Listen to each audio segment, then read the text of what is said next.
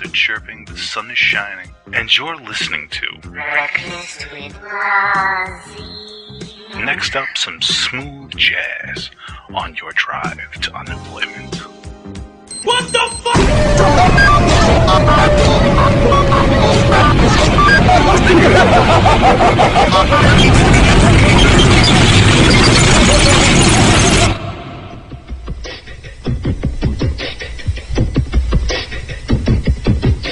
I know it's mean to say you're green, but you gots to leave WWE. You're not fit to be the shit, so stay at home and make my grits. That's the first verse. If anybody's looking for a new co-host for any radio show, I'm available. Good evening, wrestling fans, entertainment fans. This is Anthony of Wrestling-News.com. I want to thank you very much for listening tonight. Oh, how I had no idea that the wrestling world was filled with atheists. Dixie, you are forgiven. Hi, hello, Kermit the Frog. I am the new GM for Raw. NXT. Yay! Get the fuck out of here. Go into the TNA Impact Zone with one of those metal detector wands, and when Hogan comes out to cut his promo and he's doing the air guitar, just turn the fucking thing on. Since youngins do listen, some of you youngins out there do listen, I think it's a little bit too inappropriate to be using the word cunt on this show. People out there, remind me in a little while the word Hindu. That's how the shows go. If you're new to the show, whatever comes to my mind, that's what I say. Total nonstop Anthony. That's what you got tonight. Total nonstop Anthony. Total nonstop Anthony. Total nonstop Anthony.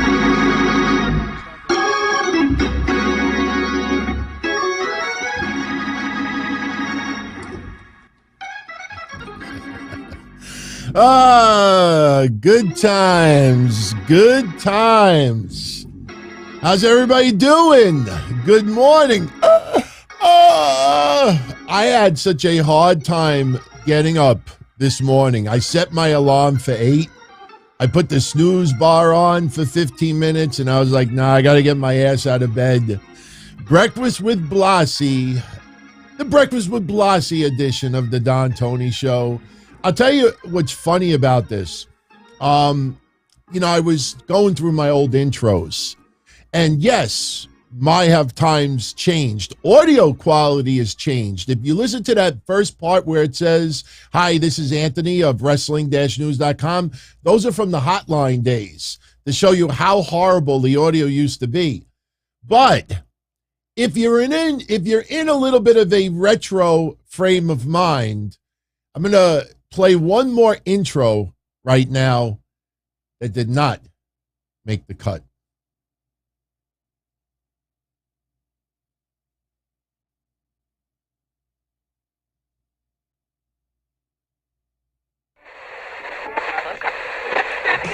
It's a beautiful morning. The birds are chirping. The sun is shining. And it's not deja vu. Just give it a minute. Next up, some smooth jazz on your drive to unemployment. What the fuck?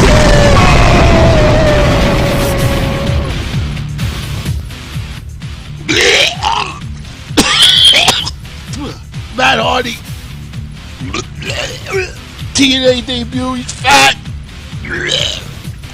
He's got cornrows. He's got jelly rolls in his stomach. You gotta love Sports Illustrated for letting Dixie Carter get away with that cash flow positive shit. Hey Dixie, I think it's about time you changed TNAWrestling.com to .org. I mean, think about it, Dixie. You are a non-profit organization. So Husky Harris' catchphrase is, I'm the army tank with a Ferrari engine. Son, you're 4 pounds of bologna in a 1 pound Ziploc bag, brother! I lost all respect for Jeff Jarrett when he put his dead wife in his storyline. Hey Jeff, what if I grab a picture of your dead wife and masturbate to her tonight? I know it sounds fucked up. I wouldn't really do it. Not because it's classless, but she was ugly. Total nonstop Anthony, that's what you got tonight. Total nonstop anthem. Total nonstop anthem. Total nonstop anthem. Total nonstop anthem. Total nonstop anthem. Ain't I great? Yeah. I had to edit out the old Jim Cornette stuff because I am a Cornette fan right now. But, man, times have changed. Times have changed. But I'm still here, just a little bit older. You know, one of those intros goes back like 15 years. I mean, it's pretty amazing. So, yeah, it's a little retro to start off the show. By the way, how do you like that? How do you like that? We had this conversation, I think it was last Sunday for the sit down. Somebody said, what do we think about either Jerry Lawler or Jeff Jarrett as a special guest referee for the Usos versus the Street Profits at SummerSlam? We got into it in detail. WWE went with it. Not saying that they listen to us. I don't want Jeff Jarrett as special guest referee. You know, remember what we said, with the exception of Owen for the most part, God rest his soul. You think of Jeff Jarrett. You don't think of, tag team specialist that could do Law and Order. No. They gave him this fucking spot because they're going to be in Memphis, because he just signed this big deal with WWE. So now they want to use him a little bit. I still think Sami Zayn will play a factor. I think Jeff Jarrett gets laid out during this match. I expect a Jeff Jarrett ref bump, and I expect Sami Zayn, who was lobbying yesterday to be the referee, I think Sami Zayn will get involved. Will he be a referee? I don't know. But I think Sami Zayn may cost the Usos the tag team championships. You take away gold from the bloodline, you are fucked, my friend. So even though they advertised Mr. Jarrett as the special guest referee, I think someone else will be the deciding factor. And you know what? If the Street Profits win, I could picture Jeff Jarrett waking up, getting his composure after being knocked out, and then he holds the Street Profits hands up high in victory. That's an early prediction. I'm not sticking with it right now, but that's an early prediction. We will see what happens. We will see what happens. So, I didn't think we would get open with Jeff Jarrett, but since we did talk about his deceased wife, kind of felt like we needed to. Now, look, for newer fans out there that heard that got really, really offended, you obviously were not around during the time that Jeff Jarrett's wife, not Karen, wife, passed away. And then they used that in the storyline. It was one of the most distasteful storylines that TNA had done. And that was my way of saying, okay, asshole, you want to do a stupid storyline like that, bringing up your dead wife? I could see Eddie Guerrero. I could see wrestlers. Because what people don't understand is that Eddie Guerrero, when they kept using his name and storyline after he was dead, that's something that Eddie wanted. Yeah, man, keep my name alive. I used to joke when I was doing the indie wrestle crap stuff. I'm like, look, if I stay here forever and I die suddenly, do whatever you want in a storyline. Blow up my car, besmirch my name, just don't forget my name. So, Jeff, I agree, Rams fan. Jeff Jarrett and Kurt Angle, they ended up having a good feud. It just sucks that the premise of the feud had to be what it was. So, anyway, good morning, everybody. Good afternoon, everybody, because our international friends, it is afternoon. I hope this sticks. I hope we can do every Saturday morning like this. Not because it frees my Saturday nights, because I've said it before, doing the Saturday night show is my favorite night of the show of the week. Don't get me wrong. I love doing Mondays more at times. I love doing Sundays because it's so interactive. The fact it starts so early in the evening, like I finish and it's still, I still have energy that maybe I could get a little suki after, but doing this in the morning, now I have my whole day. Now, the reason why we're doing this, obviously, a lot of people wanted a morning show, but tonight I got to go to somebody's engagement party.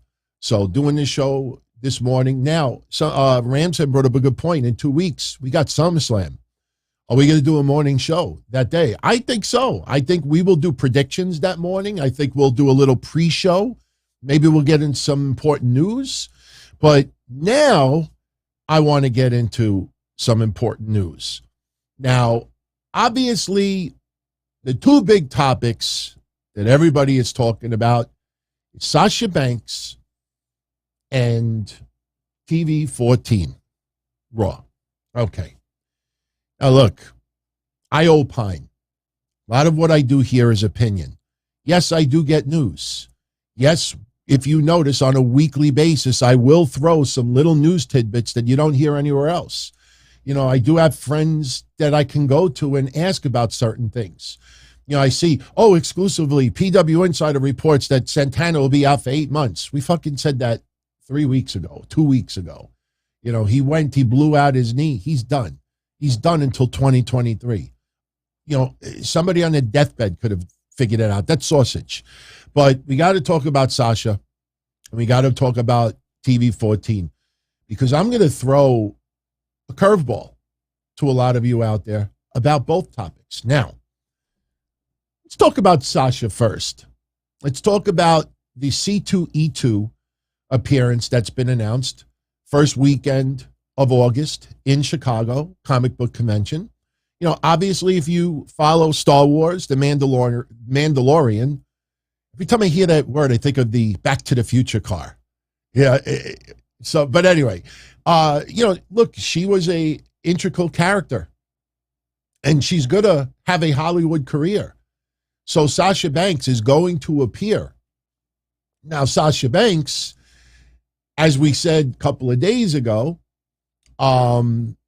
every person who takes a picture and asks for an autograph, you know, the number one question they're going to ask, you know, are you still at WWE? Are you still at WWE? Are you still at WWE? Check this out. I don't think it's carelessness on WWE's part. Do you ever get a fan survey emailed? I get them every time they send them out. And they ask you specific questions. Now, they just sent out another fan survey.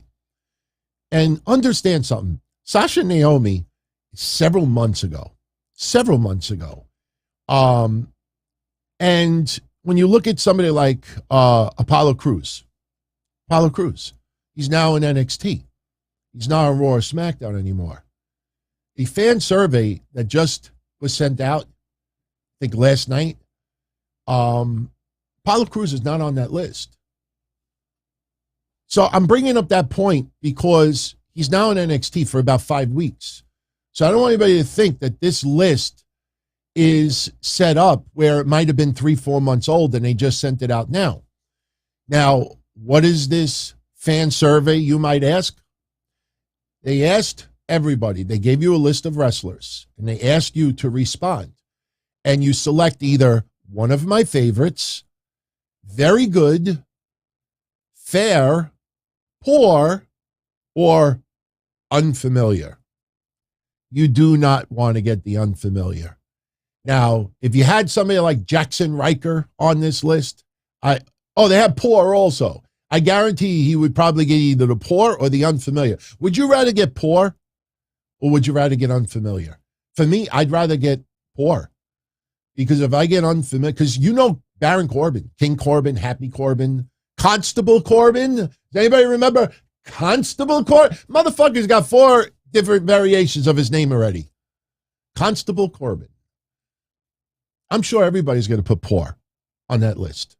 Are they going to put one of their favorites? No. They're going to put very good? No.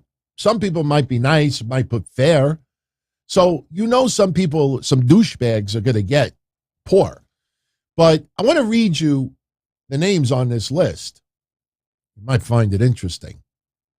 AJ Styles, Tozawa, Alexa Bliss, Aaliyah, Angel, Angelo Dawkins, Asuka, Bayley, Becky Lynch, Bianca Belair, Big E, Bobby Lashley, Brock Lesnar, Butch, Carmella, Cedric Alexander, Chad Gable, Charlotte Flair, Ciampa, Cody Rhodes, Commander Aziz, Damian Priest, Dana Brooke, Dolph Ziggler, Dominic Mysterio, Doudrop, Drew Gulak, Drew McIntyre, Edge, Eric, Ezekiel, Finn Balor, Gunther, Happy Corbin, Humberto, Ivar, Jimmy and Jey Uso, Jinder Mahal, Kevin Owens, Kofi Kingston, Lacey Evans, Liv Morgan, Ludwig Kaiser, Mace, yes, they spelled it that way. They didn't write Mace. Mace, Madcap Moss, Mansoor, Max Dupree, Montez Ford, Mustafa Ali. I'm getting to it. MVP, Naomi, Natalia, Nikki Ash, Omos, Otis, Queen Zelina, R-Truth, Randy Orton, Raquel Rodriguez, Reggie, Rey Mysterio, Rhea Ripley, Rick Boogs, Ricochet, Riddle, Ridge Holland, Robert Roode, Ronda Rousey, Sami Zayn, Sasha Banks, Seth Rollins, Shanky, Shayna Baszler, Sheamus, Shelton Benjamin, Shinsuke Nakamura, Shotzi, Sonya Deville, T-Bar, Tamina Snuka, The Miz, Theory, Veer, Xavier Woods, Zaya Lee. Sasha Banks and Naomi are on this list. Pretty interesting. I know what you're going to say, but believe me when I tell you, anything that goes out, especially to millions and millions of fans, gets signed off on WWE offices. And trust me, that is done, and people are going to take notice of that. Now, what I'm about to say is an opinion. It's not news. If it ends up not being, I don't want anybody to DT you were wrong. This is just an opinion. You know what I think about the Sasha Banks situation? No one has reported this. And I'm just throwing a guess out there. I went back because, and this will lead to the $30,000 asking price that is floating around, because I have something really interesting to say about that. We talked about it in a watch party yesterday. By the way, Eric Williams and a few others, thank you for confirming something that I was doing some research about for tonight's show. I went back to my old school days, and I remember wrestlers would be able to do a movie. They still can now. They would be able to do an autograph signing. They would be able to do some appearances on the outside. They would have to get approved from WWE, but they would be able to do some outside projects. What if I said to you that WWE told Sasha Banks, take the rest of 2022 off. Go out, enjoy yourself, go do, things, obviously no wrestling. You could go to conventions, you could go to wrestling conventions, you can make appearances, but take the rest of 2022 off. And we'll bring you back around the Royal Rumble, and now there'll be the road to WrestleMania. What would your reaction be to that? That Sasha Banks returns, but in 2023. And for the rest of the year, a mental vacation, step back, do some outside projects, make a little bit of coin in the process. And the reason why I think that could be, because, look, you have investors and stockholders, and sure, the stockholders don't give a shit about individual wrestlers. But this is a big enough story that has bled into the financial market, where Sasha's name has been mentioned. Naomi's name has been mentioned, but Sasha's name more than anything else. And now I'm starting to think, WWE, and I don't mean to sound like an asshole when I say this, but WWE has a huge set of balls. They are more powerful than Sasha Banks. They could eat up, spit out, shit out, eat it again, shit it out again, Sasha Banks, and they will not lose a beat. You see Roman Reigns, everybody, oh my God, they're fucking up the product. They're taking him off TV. Oh my God. Does it really feel like it is tremendously suffered? Have the ratings tanked? Have house shows tanked? Has pay-per-views tanked or premium live? Nothing is tanked. Nothing is tanked. Makes you appreciate Roman Reigns that much more because you don't get him every day. Sorry, everybody. You're not supposed to have filet mignon every weekend. But, Anthony, I want filet mignon. Go fucking make hot dogs, you rich bitch. No, you kind of appreciate the ones that value more. If you look even in AEW with their champions, how often did Hangman Page defend the title? And if he did, he he faced Yuka, nobody give a shit, or Adam Cole on a Rampage episode. I'm not comparing the two as far as usage, but you get where I'm going with this. So Eric is asking, is hot dogs on the carnivore diet? Get grass-fed organic hot dogs. Do not get the, my baloney as a first name. Don't get that stuff. But so Sasha Banks, if WWE wanted to announce to the world that she is no longer part of WWE, they would have done it already. They're keeping her name in the roster. They're not strangling her by the throat that she can't. She's going out. She's going to concerts. She's hanging out with her significant other. She's enjoying life. For some reason, people think that Sasha Banks is extremely irritable right now, or she's extremely sad or angry or bitter. I'm wondering if WWE told her, take the rest of the year off. Enjoy the rest of 2022. It's been hard on everybody, especially now. If Vince, remember, all this went back to Vince. Vince promised this. Vince promised that. Vince promised this. Remember all those cryptic videos that we caught on a year before everyone else, that Sasha was making these little jokes about Vince McMahon? And it almost, remember that? We said this a year ago, and it almost felt like Sasha was teasing Vince. And the feeling that we got was, oh, he likes it. Oh, yeah. Step on me. Shit on me. Yeah, put me down. I think Vince got a little bit of, I don't know how Sasha's significant other. They're not married, right? Are they married? I don't think so.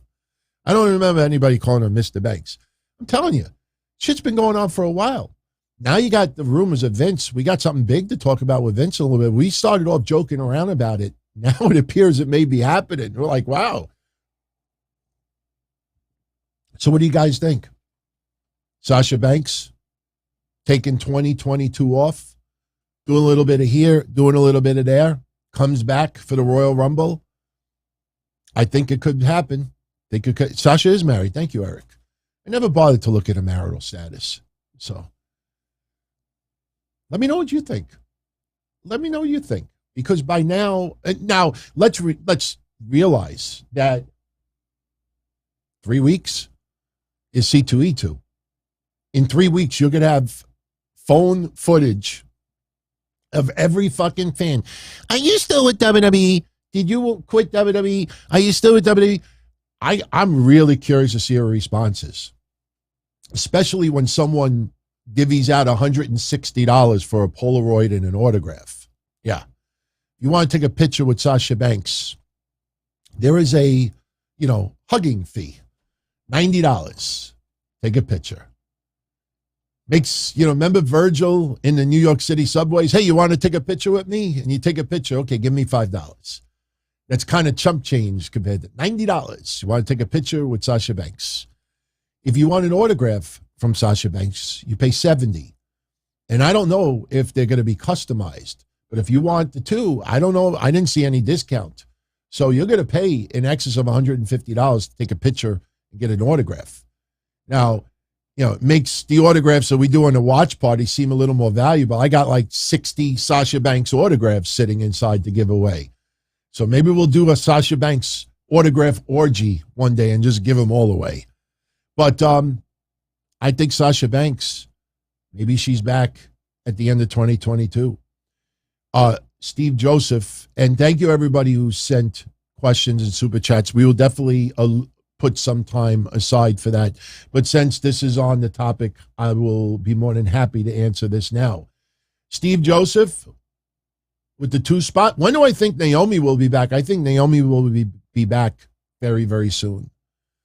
Naomi will be back very, very soon. Do I think she will be Maxine Dupree? No. I know some of you right now like, what are you talking about? Yeah, Maxine Dupree. Max Dupree's younger sister. It's going to be younger sister. Trust me, they're not going to bring in a woman that's going to be Max Dupree's age or older. We got a photo to share later about Max Dupree. Holy shit. But actually, you know what? Let me show it to you now. Max Dupree's doing Maximum Male Models. Now, you think somebody like me could do as the owner of Maximum Male Models? I think if you're going to own in storyline Maximum Male Models, you better look like a Maximum Male Model. I was shocked. I posted this on Twitter. I expected a bunch of people, even if they liked their M&Ms without peanuts, I expected a lot of people to be like, holy shit, kudos for him, giving him a little shot, and nobody fucking paid attention to it. So I deleted it. I'll show it to you here. That is Max Dupree, LA Knight, Eli Drake, whatever you want to call him. That is the shape that he has gotten himself into. So I think Max Dupree probably will need to start posing with these guys. I don't know if Max Dupree ever tunes into these shows, but you could send me a DM. My DMs are open. I'm very curious if you were on keto or carnivore, or the fast that people do. They have that one meal a day. I wouldn't be surprised if he's on carnivore and one meal a day. You know what, Gruss? Dewdrop being Maxine Dupree, that would be interesting. That would be interesting. But no, I don't think they're going there. I think it's going to be someone from NXT. Somebody that we probably have not put eyes on all that much.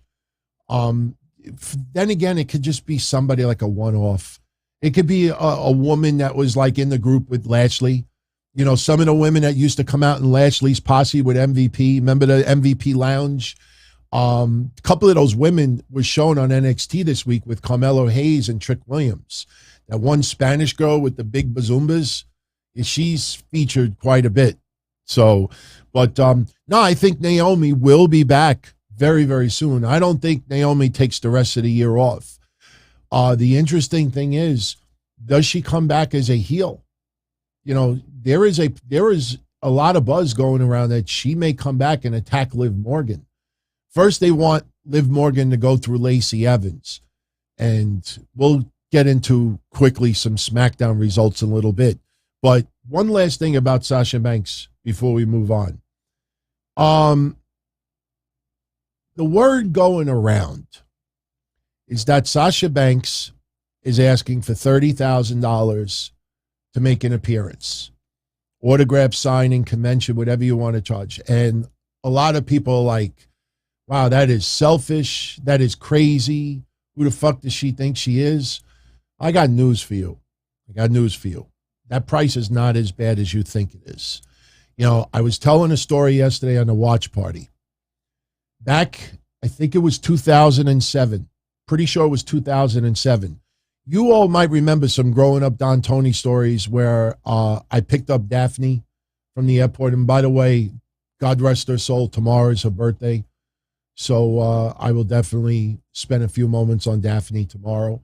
But I remember, you remember the story. I picked up Daphne from the airport, and we went to a wrestling convention in, I think, not Lindenhurst. I can't remember the town, but it was in Nassau County, Long Island. And Terry Funk was there.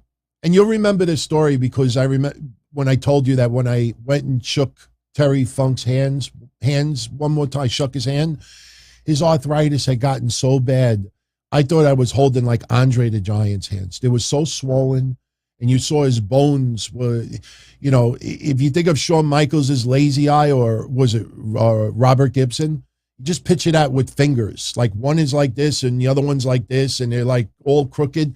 I almost choked up because you could see, and just think, this is 15 years ago. And imagine, how bad it's become since. But the Dudleys, at that time, there was a big controversy. Lynbrook, that's the town, Lynbrook. Dudleys had left WWE. They went to TNA. And believe it or not, this might have even been a year or two before this convention, but there was controversy with the Dudleys with an autograph signing here in New York at the time. Bubba Ray and Devon wanted $15 $15,000 to appear. One promoter, because I went on my old website, I went to Wayback Machine and I checked it. One promoter claimed Bubba Ray wanted 10, Devon wanted 10. If you took them as a package, they would take 15. But they were asking that in 2005, 7, whatever it was. Now, how much is $15,000 worth today? Just to show you how crazy money has become. $15,000 just 15 years ago is now worth almost 20 grand today. So when you look at the Dudleys after their WWE run, you know, and then you look at Sasha Banks now, WWE superstar, Hollywood celebrity, you know, crazy following on social media, is it that much more to ask, especially in this economy? Undertaker takes $200 for a signed picture, won't sign anything from 1990, won't do this, won't do that, won't personalize. Fuck you. Fuck you. You know, like people, the prices have gone through the roof. So Sasha Banks asking for 30 G's is steep. It's definitely steep. But the idea is, if Sasha is coming to your area, you could be guaranteed of one of two things. Number one, it is a rare occurrence. And number two, you're going to pay for it. You know, when we used to do the autograph signings with Video Game Central, when I did the autograph signing for Shawn Michaels and Batista and Randy Orton, Brock Lesnar and others, you know, those autographs were only $20, $25. If you go back on, go to Wayback Machine, you go back on my site, because I ran those autograph signings. You know, I ran it with them, obviously, but, you know, the autograph's only $20 to $25. Why? Because their appearances were only maybe like 10 G's, 7 G's. One of them, I won't say which one it was, took $5,000. Only $5 grand at that time. One of the people I just said on the list took $10,000. Now, keep in mind, this is 2002, 20 years ago. So if $15,000 in 07 is worth 20 today, 15,000 in 02 is probably worth, what, 23, 24 grand? So you start realizing that the asking price of Sasha is basically saying, look, if you want me, you got to pay for it. And honestly, it's not a big deal. Yeah, Sting, look, you look at the cameos. You got wrestlers asking $500, $300, what? To talk while they're taking a shit, you know, on their phone for 90 seconds. Think about that for a minute. 90 seconds. You know, when you think about getting paid by the hour, oh, $20 an hour, $25 an hour. All right, whatever it is, just think about it. You're sitting in the privacy of your own home, and in an hour, you could record about, what, 25 cameos? And you charge even $300 a clip. 300 times 25 is what, $7,000? Imagine that, $7,000 an hour working from home. And then they'll go on social media and say, people should be making $25 an hour. People that today are being treated like shit, they should make 20. Meanwhile, you're asking $7,000 an hour for your services. I would pay for a corner cameo. I think I am gonna. But kind of like my repentance from my old intros. Remember the intros? So you let me know what you think. Let me know what you think. But Sasha Banks asking for 30 G's. Look, most of the people that are saying that are people that either don't like Sasha Banks or very, very young, and they don't understand, you know, the cost, the price, and what's involved here. We were talking about yesterday when Frank Goodman, when I used to work for USA Pro Wrestling, and we would book like Vader, Scott Steiner, X-Pac right after his WWE run, and others. You know, some of the asking prices were pretty expensive, but what you would do is you would work out a 3 appearance deal. So if one of those wrestlers charged $5 grand a clip, you say, okay, how's about 3 for $8? And that's how you do it. So, yeah. So some wrestlers, you'd be surprised how much they asked back in the day. That's why some promotions, look, somebody wrote earlier that Braun Strowman was asking for 20.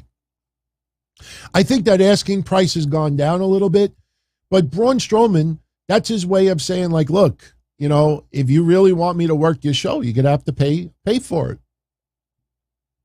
That's all it is. All right. So Sasha, just to summarize, I think she's back, possibly after 2022. And I also think the 30 G's is not as bad as people portraying it to be. All right. Now, let's talk about this TV-14 stuff. All right. I'm going to just say it like it is. Way overblown. Way overblown. How many of you yesterday saw Rampage? How many of you saw Rampage yesterday? Rampage, honestly, one of the worst Rampage episodes that I have seen this year.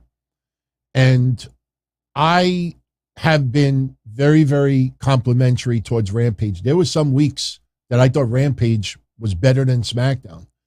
Nice 1 hour. Yesterday was sloppy. The amount of noise that was piped in for the Gresham-Moriarty match was laughable.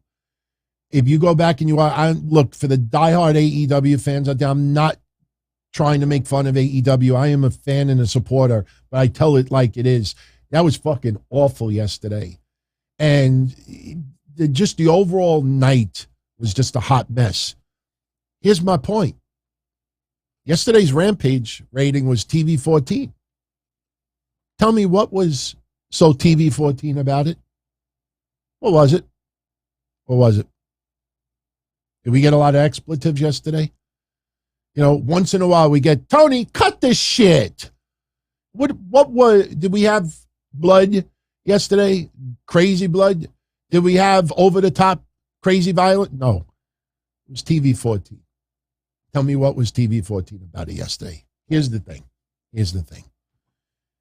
WWE has Raw. They go 3 hours. This has been a known fact for a very, very long time. WWE would save some of their more adult content, you know, or something that might be not the best for children. They would save that for the 10 o'clock hour. The USA Network, we used to joke, what was that, Temptation Island? That they would censor out a WWE curse. If somebody said bitch, it would be censored out on Raw, but 5 minutes before Raw ended, you would see on Temptation Island, they're saying asshole, pussy. They would not censor words. So USA Network has a lot of programming that's already TV-14. But I want to make this point that no one else is making. And this is why, again, you don't need to follow it. You don't need to like it, but you need to understand it. Stockholders, board of directors, financial interests, sponsors, advertisers. That's who WWE answers to more than anything else. If WWE is going to change their programming to TV-14, advertisers have to be made aware of it. Investors have to be made aware of it. So for everybody that thinks the PG era is over, I say this with the utmost respect. You are fucking clueless or you are fucking clickbaiting. Because what do you think? I've been saying this question in chat rooms for the last 2 days. What do you expect to change on TV? You know what the number one answer is? And somebody mentioned it yesterday in the watch party, and they're not far off. People think bra and panties matches are returning. What do you think actually is going to change? That you might hear a curse word? Oh my God, a must-see TV. He said shit. Oh my God, did he really say asshole? What do you think is going to change? Do you think bleeding is now going to be a regular thing? Do you understand about the hygienic side that WWE pays attention to? Do you think about the advertisers, the sponsors, the investors, about the blood and gut? What do you think actually is going to change? So anybody out there that's saying PG over, attitude era is coming back, those are people that don't have a fucking clue. Because mark my words, if TV-14 pops up on your screen Monday night, I give it 1 week, maybe 2. Because SummerSlam is coming. So there's going to be some wild shit going on leading into SummerSlam. But in a snap of a finger, you know what you're going to see from all the usual suspects? Nothing has fucking changed. It's TV-14. It's the same old shit. Yeah. What do you think is going to change? You think suddenly Bruce Pritchard or anybody on the writing team, do you think every week, hey, I got this idea. Oh, we can do this. No, PG. Oh, well, we can have this person do that. PG. Nope, it sounds like Seinfeld. What do you think is going to change? Every time someone says that online, ask them, say, what do you think is actually going to change? It's not what you think it is, everybody. And like I said, this is family entertainment. They're not going to piss off investors, groups, advertisers by giving a raunchier product. Now, TV-14 gives them a little bit of wiggle room if they do want to do something. Remember Retribution on SmackDown? I'm one of the only people that have been bringing this up since it happened. And a lot of people didn't even realize it at the time. One night on SmackDown, Retribution showed up. And when the show started, it said TV-14. I'm like, wow, wonder what they're going to do. You watch that episode, 99% of the people online said, oh, it was TV-14 because Braun Strowman, I think it was Braun Strowman, almost chokeslammed Alexa Bliss. Almost. They thought, oh, men on women violence, TV-14. No. WWE was told by Fox, we don't want Antifa-like shit on our show. WWE put Retribution on the show, and they thought they would be cutesy with the commentary to make it feel that, you know, it was just a bunch of wrestlers trying to make change and notice and frustration. And before the show aired, Fox threw the TV-14 label on their show. No SmackDown episode since has been TV-14, and Retribution was never seen again on SmackDown. So, Joe Dickens thinks it's all for the Edge new gimmick. What is he going to do? Is he going to, like, slice someone open and drink their blood? What do you think? You see a live sex celebration? What is he actually going to do? You know, I know a lot of people are speculating what it could be. You might see a little men on women violence. You might hear a curse word here or there. You might see some over-the-top violence. You know, some very, very hardcore violence. I'm not even saying weapons, but you destroy someone on TV where you almost feel uncomfortable. Yeah, that could warrant a TV. Look, a lot of people just learned of the video of Minoru Suzuki and it was Oscar, right? Minoru Suzuki Oscar footage. I think it was Oscar, right? I haven't paid attention to that footage in years, but some people online started spreading it a week ago and it caught on.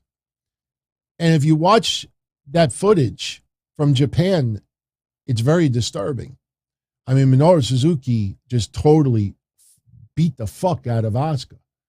That would get a TV-14 rating, even though it was nothing in the ring, just physical, forearms and shots to the head and just totally beating the crap out of her. It's perception. Somebody says, hey, toxic attraction could come out. Why? Because you see a little bit of a butt? Because you see some 2 pounds of bologna coming out of a 1 pound bag? Trust me, everyone. I am all for better storylines. But I have said this so many times over the years. This guy worked through the PG era. This is not why I'm wearing the shirt, but this guy worked through the PG era. It was not TV-14. And it was fucking great.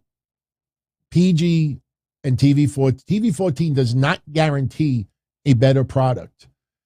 TV-14 does PG era over. I don't even know what the fuck that means.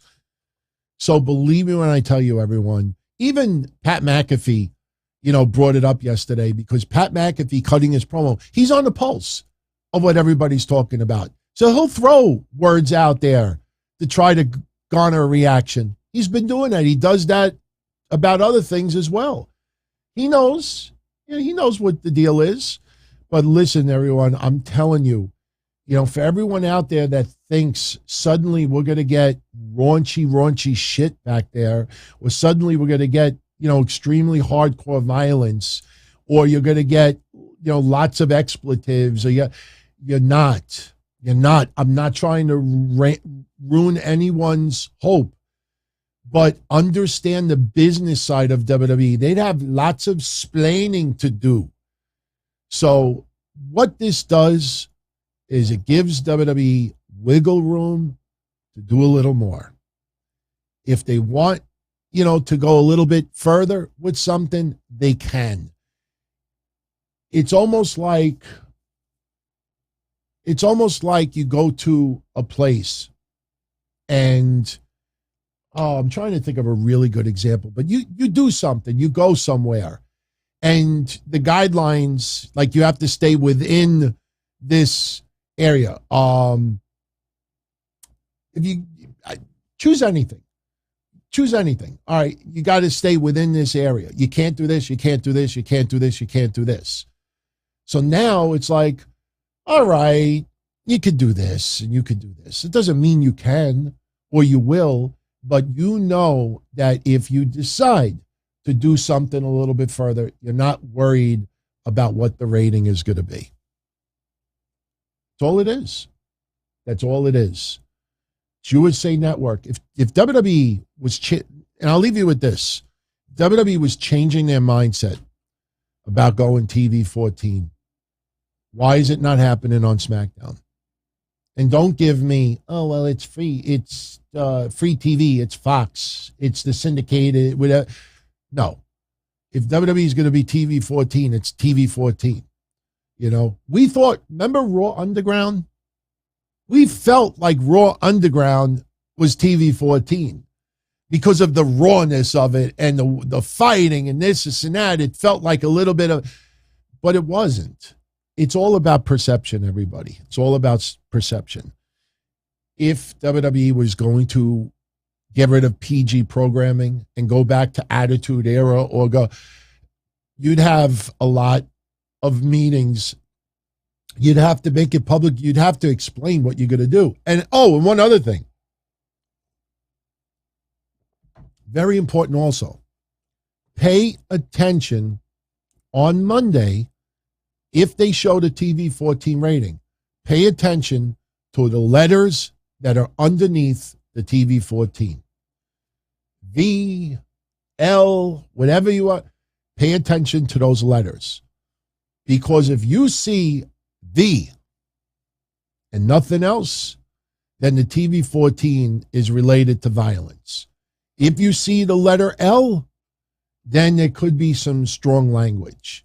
You got to pay attention to the letters underneath the TV-14 rating because that will give you an idea as far as what would be TV-14 standards. And realize that the TV-14 may be directed more towards hour 3. If you have a 3-hour show and one part of the show is TV-14 or, God forbid, TVMA. The whole show is. The whole show is. WWE Raw is not 3 different episodes in one night. Back in the day, you would have Raw is War and the War Zone. It felt like kind of 2 different shows. But if you have a show that is a 3-hour block, and first hour is family friendly, and the second hour is still PG programming, and the third hour is got a little TV-14 mixed in with it, the whole show is TV-14. Keep this in mind. Keep this in mind when you watch this, because all of this hype online, these people don't have a fucking clue what they're talking about. They don't have a goddamn clue. You give it 1 or 2 weeks, you will see people say, it's the same old shit. Nothing fucking changed. Same old shit. Why did they have to do TV-14? So, all right.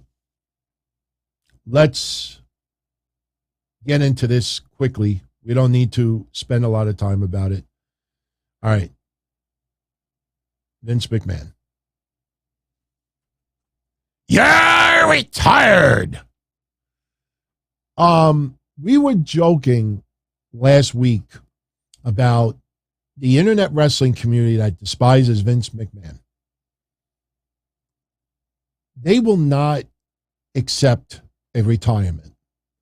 They want this man fired, embarrassed, voted out, put down, criticized, reprimanded. Him retiring, people will call it the pussy way out of this. We were joking about it last week. Could you imagine how they will react if Vince were to retire? I got a really interesting DM 2 days after we had that discussion. This person who I trust very, very much with a lot of the financial side of things said, DT, you're spot on what you said. Expect something to be coming out in the business world. The business world, not rickswrestling.com. You're in the business world that is going to talk about how WWE is seriously considering keeping Stephanie as CEO permanently, that Vince McMahon may actually retire.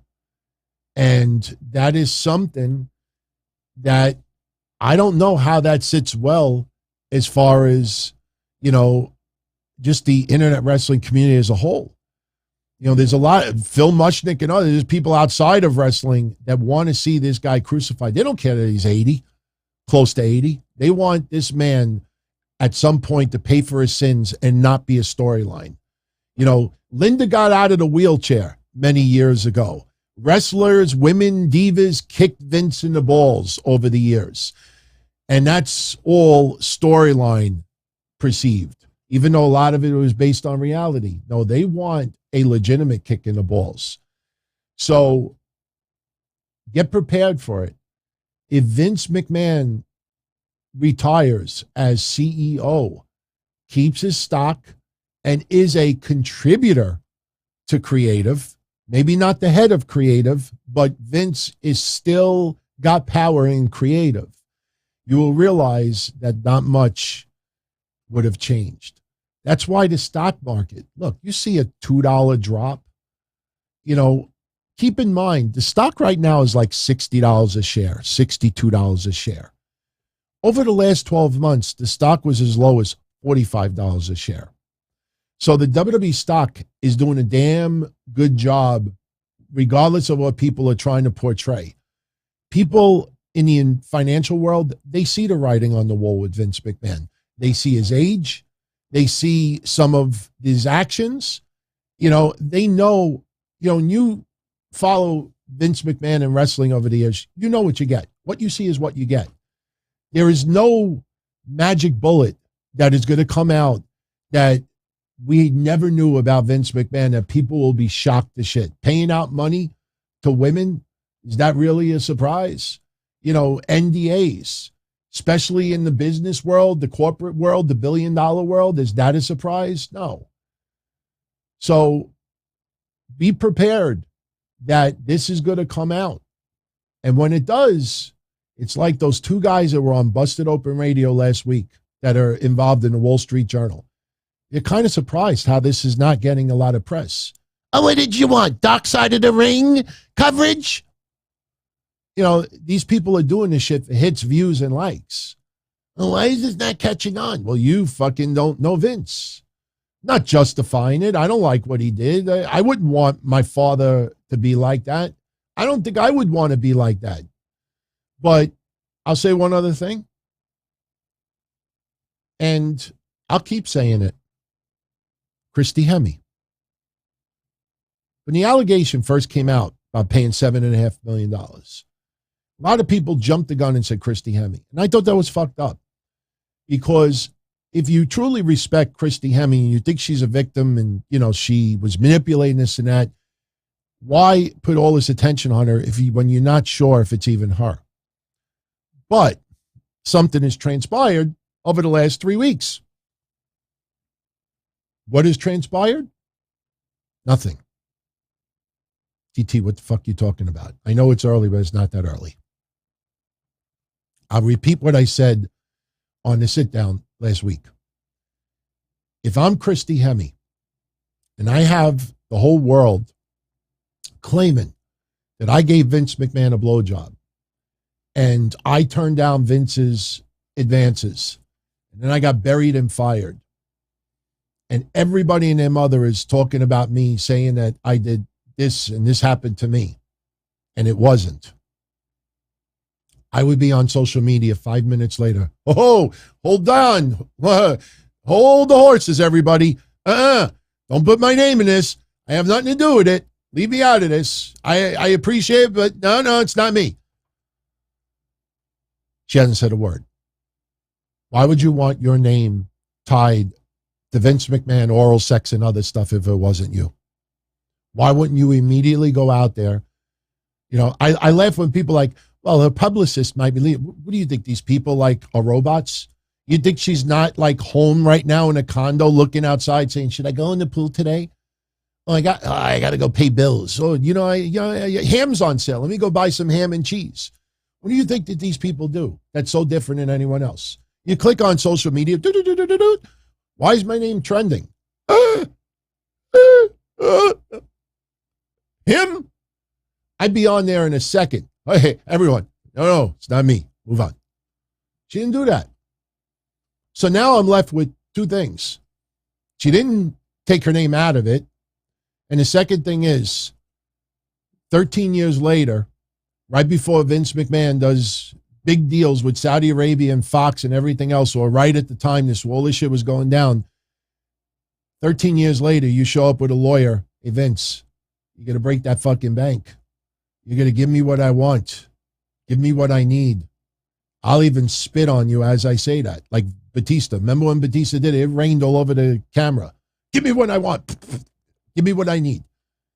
How do you feel about someone 13 years later, whether you like Vince or not? How do you like someone showing up with a lawyer and saying, pay me, motherfucker, or I'm going to tell everybody what happened 13 years ago? That doesn't sound like blackmail to you? To me, it does. So if you're going to get upset at NDAs, and I don't like NDAs. NDAs is the rich man's way of getting out of trouble. You, me, especially those minority and, other groups, you get into legal trouble, very, very, very hard to get out of it. These people, $1 million. Yeah. And they're out of it. They're out of it. Just buy, amnesia from people. So, if you're going to complain about NDAs, you got to complain also about what transpired in 2018. So, all right. So we'll see what happens. But Vince McMahon permanently stepping down as CEO, those rumors are going to start flying, and the stock market is not going to change as much as you think, because a lot of investors are already preparing themselves for this. So, all right. Very quickly, let's chat a little bit about SmackDown, chat a little bit about Rampage. One little cute thing I had to share with all of you. I got to share with all of you. Dynamite took place Wednesday. Rampage took place late Wednesday, into early Thursday morning. It's taped the same night as Dynamite. So early Thursday morning, AEW, Tony Khan puts this out. And for those on audio only, all it is the banner hyping up Rampage. And when I saw this, I wanted to throw up. Nothing against Jonathan Gresham. Nothing against Lee Moriarty. They're not bad. Gresham is better than we think. Even though he kind of walks like he's Taz. He's the same height as Taz. And, him wearing the outfit he wears to the ring, it reminds me of Shockmaster. Tugboat, Shockmaster, I think they were the same height. Shockmaster used to look really small, short, wearing the Stormtrooper hat. Gresham comes out, and he's a little bit short. I would not have anybody walk down to the ring with Gresham because Tully Blanchard overpowers him in size. But I saw this banner, and I got nauseous because I'm like, look at this shit. You got Private Party and the Lucha Bros, who are in AEW pretty much since day one, and you have Jonathan Gresham and Lee Moriarty overshadowing everybody else. This banner is Tony Khan's banner. This is something that would be his wallpaper. This would be something that he looks at it with a glassy tear in his eye of happiness. Like, oh, the Ring of Honor heavyweight title's being defended. And then we saw that fucking match yesterday, which was not very good, and the crowd was dead. Dead as a doornail. And then when I went to pull the graphic for tonight, I noticed something. See where it says tomorrow on the bottom? This was put out by Tony Khan early Thursday morning. He couldn't wait to brag to the world, oh, Ring of Honor heavyweight title. It's such a powerful match. We're giving it on Rampage instead of the $40 pay-per-view. But the day after, I guess after they did editing, like, look, boss, I don't think there's anything we can really do with this match to make it look great. Look at that. They changed the headliner to the Lucha Bros versus Private Party. I was like, you slick little doggies. You slick motherfuckers. They realized this guy's hyping this Ring of Honor shit like it's epic, amazing, unbelievable. It's back. It's back. This is their fantasy world. I'm happy Ring of Honor is doing the pay-per-view. If people want to buy it, go for it. If you want to go, the matches are going to be great. You know it is. But I beg you, go back and watch that match yesterday. Understand, this was after Dynamite. A lot of people went home. If you look at the camera angles, you will see gigantic sections totally blackened off because there was nobody in the sections. The only section that had a lot of fans still was the hard camera side.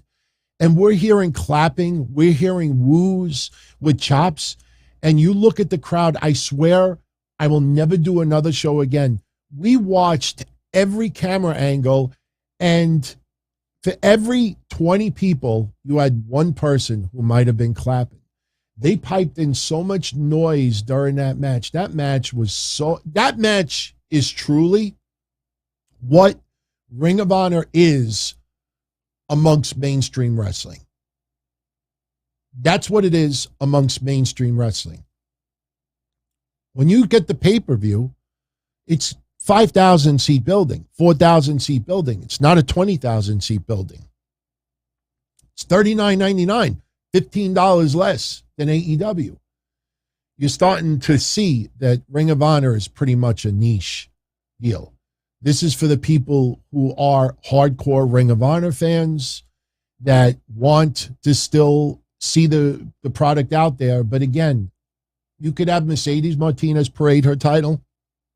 You could have Gresham parade his title. You could have FTR parade their title. Fact of the matter is, between the beginning of April to the end of July, there has been one event since WrestleMania weekend, and that is next weekend. One event. No house shows. You're taking belts and you're putting them on your AEW programming. Other than that, there is nothing active about Ring of Honor. Oh, well, you can have Gresham on your indie show. Hey, Chad, You got your Texas Wrestling Alliance. We could say, John, we want Jonathan Gresham. Well, guess what? Pay us a couple of extra dollars. And he could defend the Ring of Honor Championship on your show. Oh, wow, we can actually advertise it. It's like TNA shit. Bill Behrens. Anybody remember Bill Behrens? What they used to do with TNA? You would have these wrestlers working for NWA TNA that would work indies. And then if you wanted the wrestler, you can advertise them as NWA Tag Team Champion. You pay a little extra for it.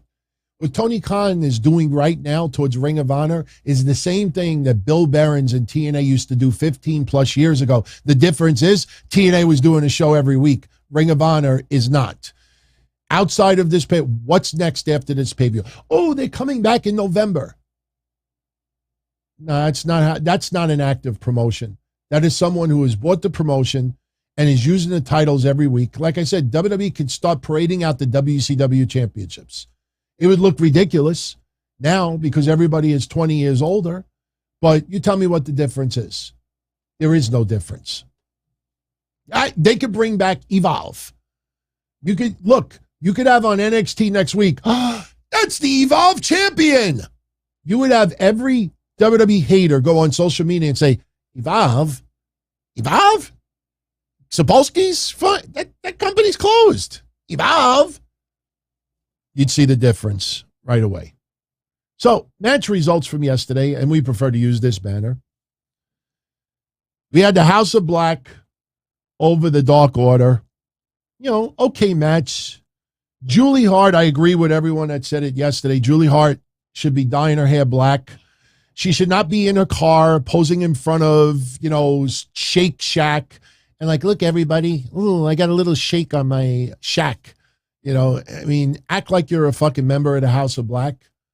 You're not just House of Black on Friday nights.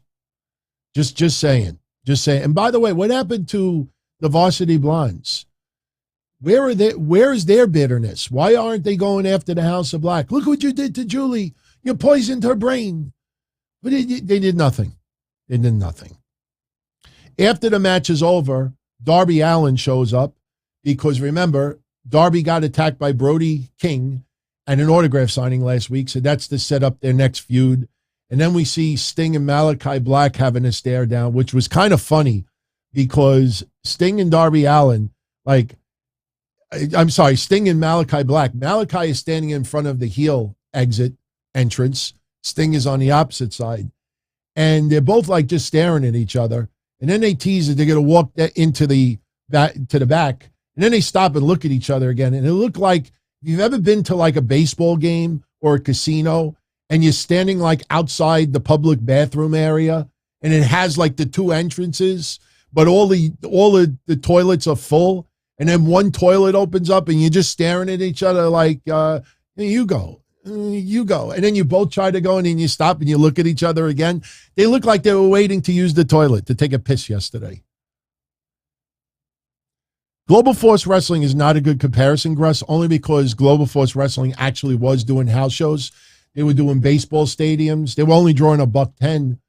That was pathetic, man. 5,000 seat stadiums and they drew 110. I remember that one banner, I still got it somewhere, where I actually put a number under each person that was in attendance. That's how small it was. We labeled each person with a number. It was 136 people out of a 5,000 or 6,000 seat place. Tell me Malachi Black and Sting were not waiting to take a piss. All we needed to do is just have him go like this. And you got to go and you got to hold it in. And you're any of you out there have had that happen? Your girlfriend or your boyfriend is in the bathroom and you got to pee really bad. And they're honey, you almost done? Yeah, I'll be out in a minute.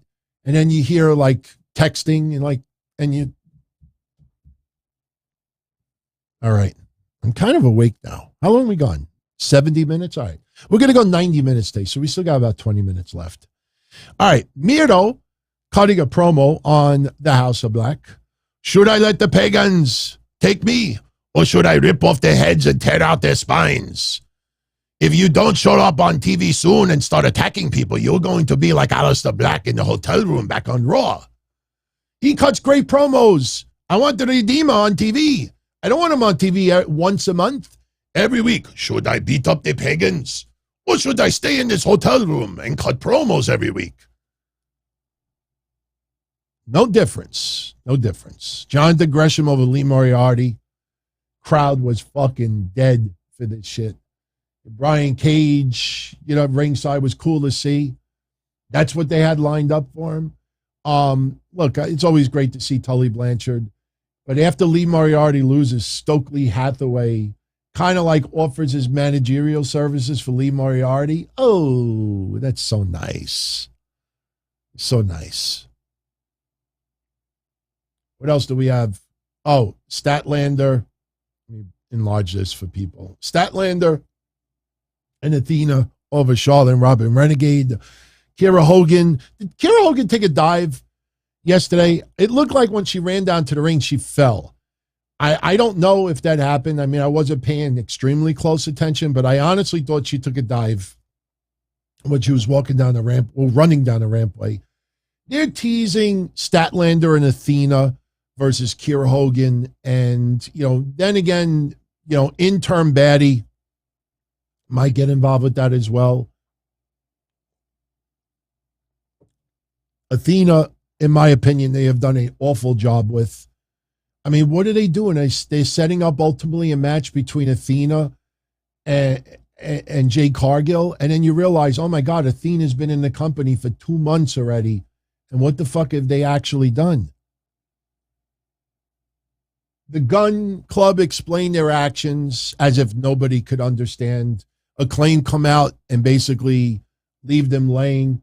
Look, the whole storyline with the Acclaimed and the Gun Club was set up until Bowens was ready to return. Once Bowens was ready to return to the ring, that's when the split happened, and they will feud for a little while. And then we had the Lucha Bros beating Private Party. I'm a little bit surprised that AEW could not edit this match better.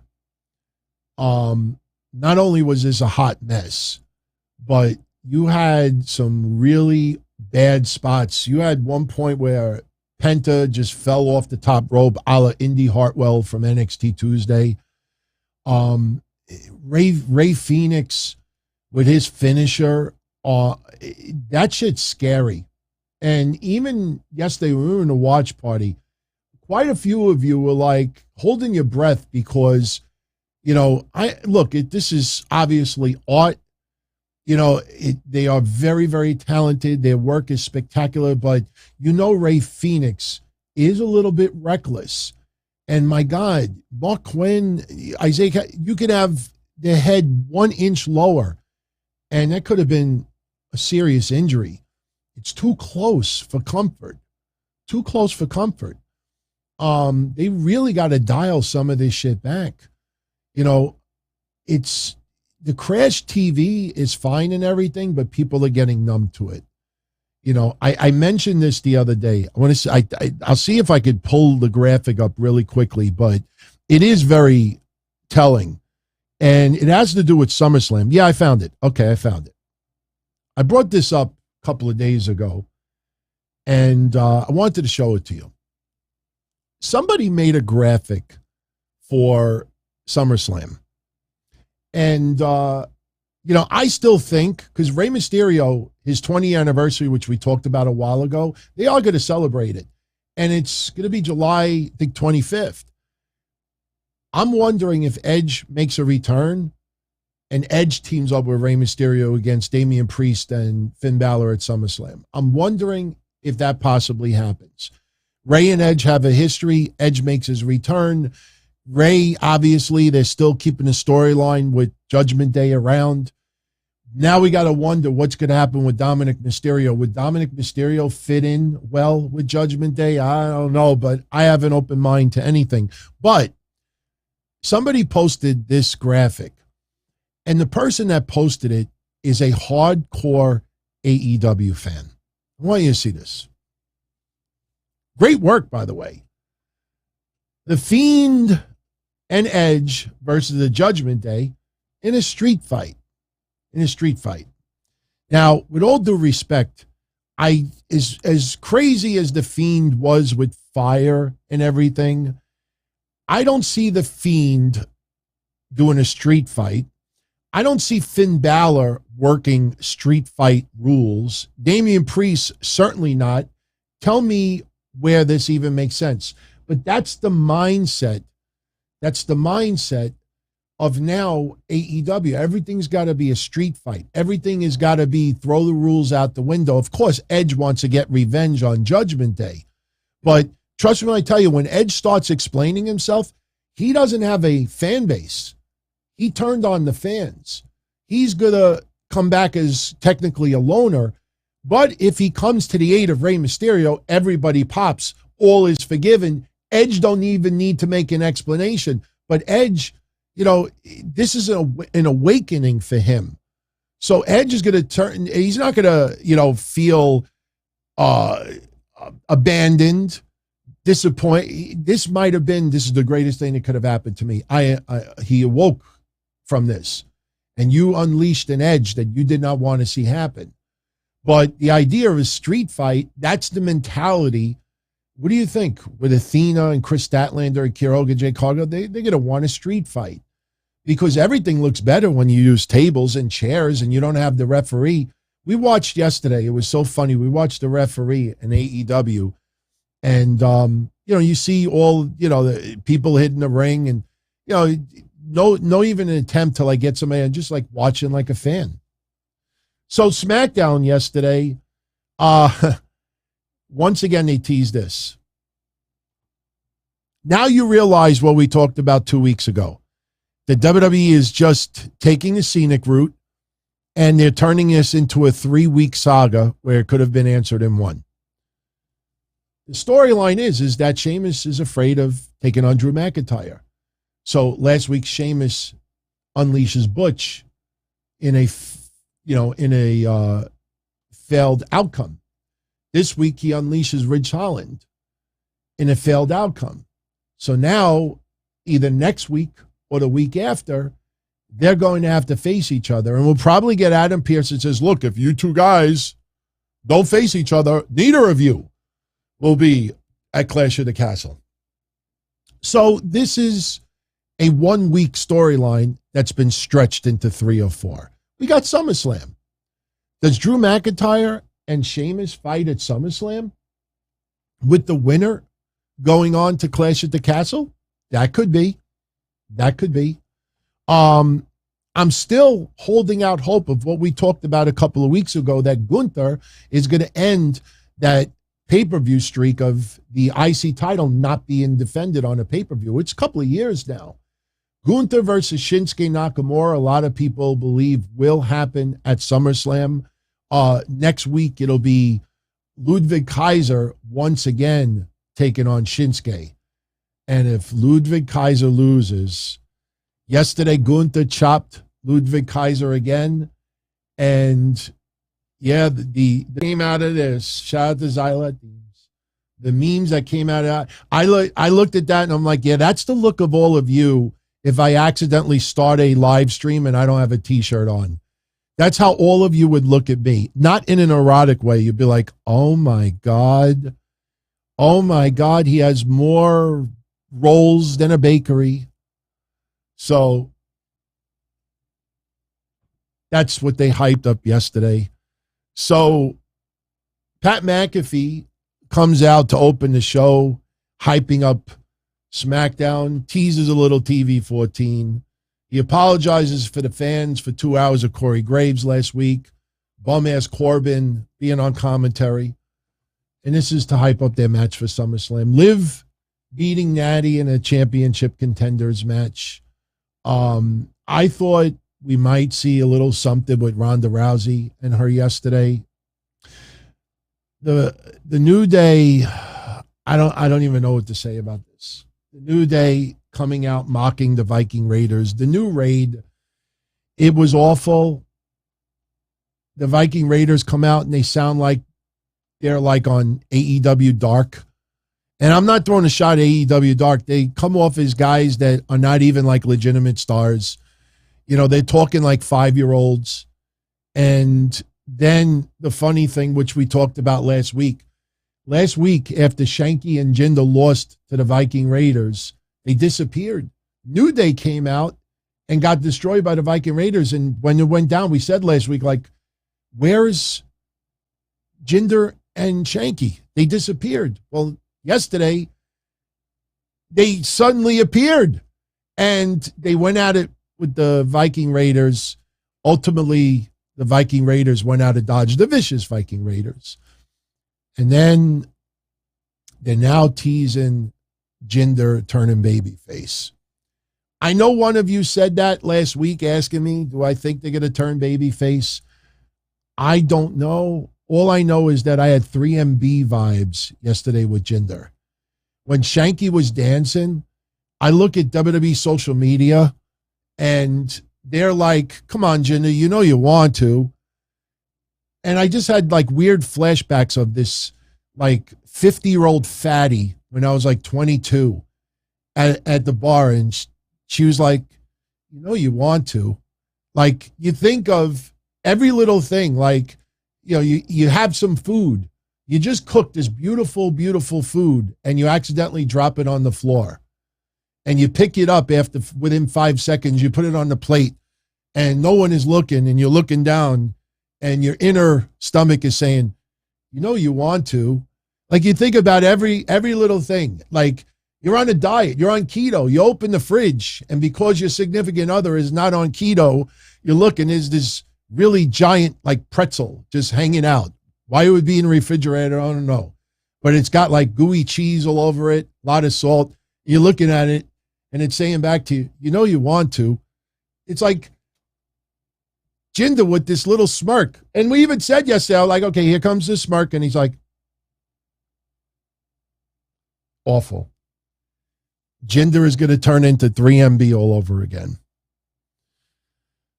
All right. Gunther chops Ludwig Kaiser. He basically says losing is for losers. He didn't actually say that, but if you want to summarize what Gunther said yesterday, losing is for losers. Aaliyah was supposed to take on Lacey Evans. You know, it was funny. Last week, they were supposed to team up, and Lacey was taking too much time to come down to the ring. And Aaliyah, very impatient. She's like, what are you doing? You got a match. Hurry up. Come on. Vamos. Alegre. Viva la raza. Whatever you want to say. You know, she's not Spanish, but, you know. And she's like trying to rush Lacey Evans. And obviously we don't get the match. So now yesterday they're going to have a one-on-one against each other. And no urgency from Aaliyah. Aaliyah's in the corner and she's ready to go. And here comes Lacey Evans. She wants the music replayed again. She hits the ring, putting down the fans. This is the respect I get. I defended our country. She's getting the what chance. And meanwhile, Aaliyah is just standing in the corner. Just standing like this. You know, where's the urgency? She's letting Lacey Evans tell the fans, go, what? To, what? Hell, what? And then Lacey Evans leaves. And Aaliyah's on the opposite side of the ring in storyline. And she's like, what just happened? Why they didn't just have Aaliyah win by countout, I don't get it. But the match never happened. You know, Pat McAfee yesterday said on Twitter, he's like, I've never seen that before. As far as like somebody who defended our country and the crowd totally shitting on them. I was going to respond, but I usually don't respond to things on Twitter because unless you write something controversial or politically correct social statement, like nobody pays attention. But I was going to say, can you imagine if they did this with Jackson Riker? Especially with the Trump stuff. You imagine if Jackson Riker was still in that company and he that came out with Lacey Evans, or they did this with him before Lacey Evans. Oh my God, that guy would have had some nuclear goddamn heat. Oh, the nuclear heat. Madcap Moss beats Theory by disqualification. Theory uses the briefcase. We had Paul Heyman make a couple of appearances yesterday. First one, trying to, get on the good side with Theory. Later on, which was stupid, he's with Moss, and he's saying to Moss, like, think of your future. Roman Reigns versus Madcap Moss, headlining an event. He didn't say WrestleMania. And he wants Moss to take care of Theory. And he's like, what do you think? And instead of Moss just like doing what he's got to do, he's like, I think you're afraid of Theory. And he walks off. It was just awful. Very, very awful. As I said earlier, Drew McIntyre beat Ridge Holland with White Noise. Claymore setting up the match with Sheamus. Main event, we have Angelo Dawkins beating Jey Uso. Charles Robinson was the referee. He got knocked loopy a couple of times. And towards the end, while loopy still, he does the pin, even though Jey Uso's shoulder is up. Sami Zayn's on commentary, wanting to be the referee at SummerSlam. And intentionally another ref botch to make this into a storyline. And Sammy's calling out Charles Robinson for what he did. And here comes Adam Pearce.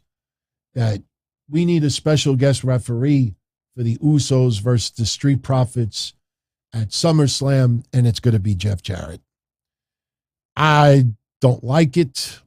I understand he'll get a nice pop from Memphis. He could still take bumps, but I still think Sami Zayn is a factor. Also next week,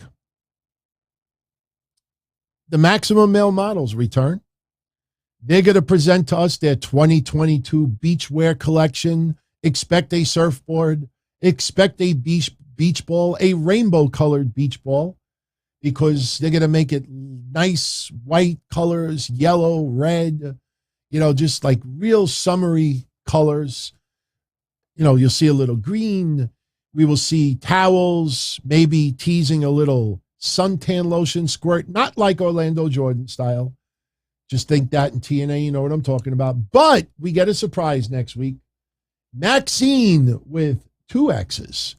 Now, if you wanted to be creative, I would have done 3 X's, but we're not going TV-14 on SmackDown. Maxine Dupree, Max's younger sister, will make her debut next week. Who do you think Maxine Dupree will be? I think it's going to be an NXT star, someone that we're not familiar with all that much yet, that they want to bring to the main roster. But really, who would you bring to the main roster that could stay? Like, I think of Indy Hartwell. Indy Hartwell, I think could make it on the main roster, but would you want Indy Hartwell to be Maxine Dupree? No. Wendy Chu, I don't see that at all. She's doing good in NXT. I wouldn't move her up. Be interested if it was Io Shirai, but she's going back home. Oh, no. Nikita Lyons is going to be going for the women's championship in NXT very, very soon. But we're going to get the beachwear collection next week. So that's pretty much was your episode of SmackDown. Just wanted to show you. We have an anniversary that happened yesterday. 20 years ago, everyone. 20 years ago, Eric Bischoff made his WWE debut as the Raw general manager. I still have my hotline report from that night.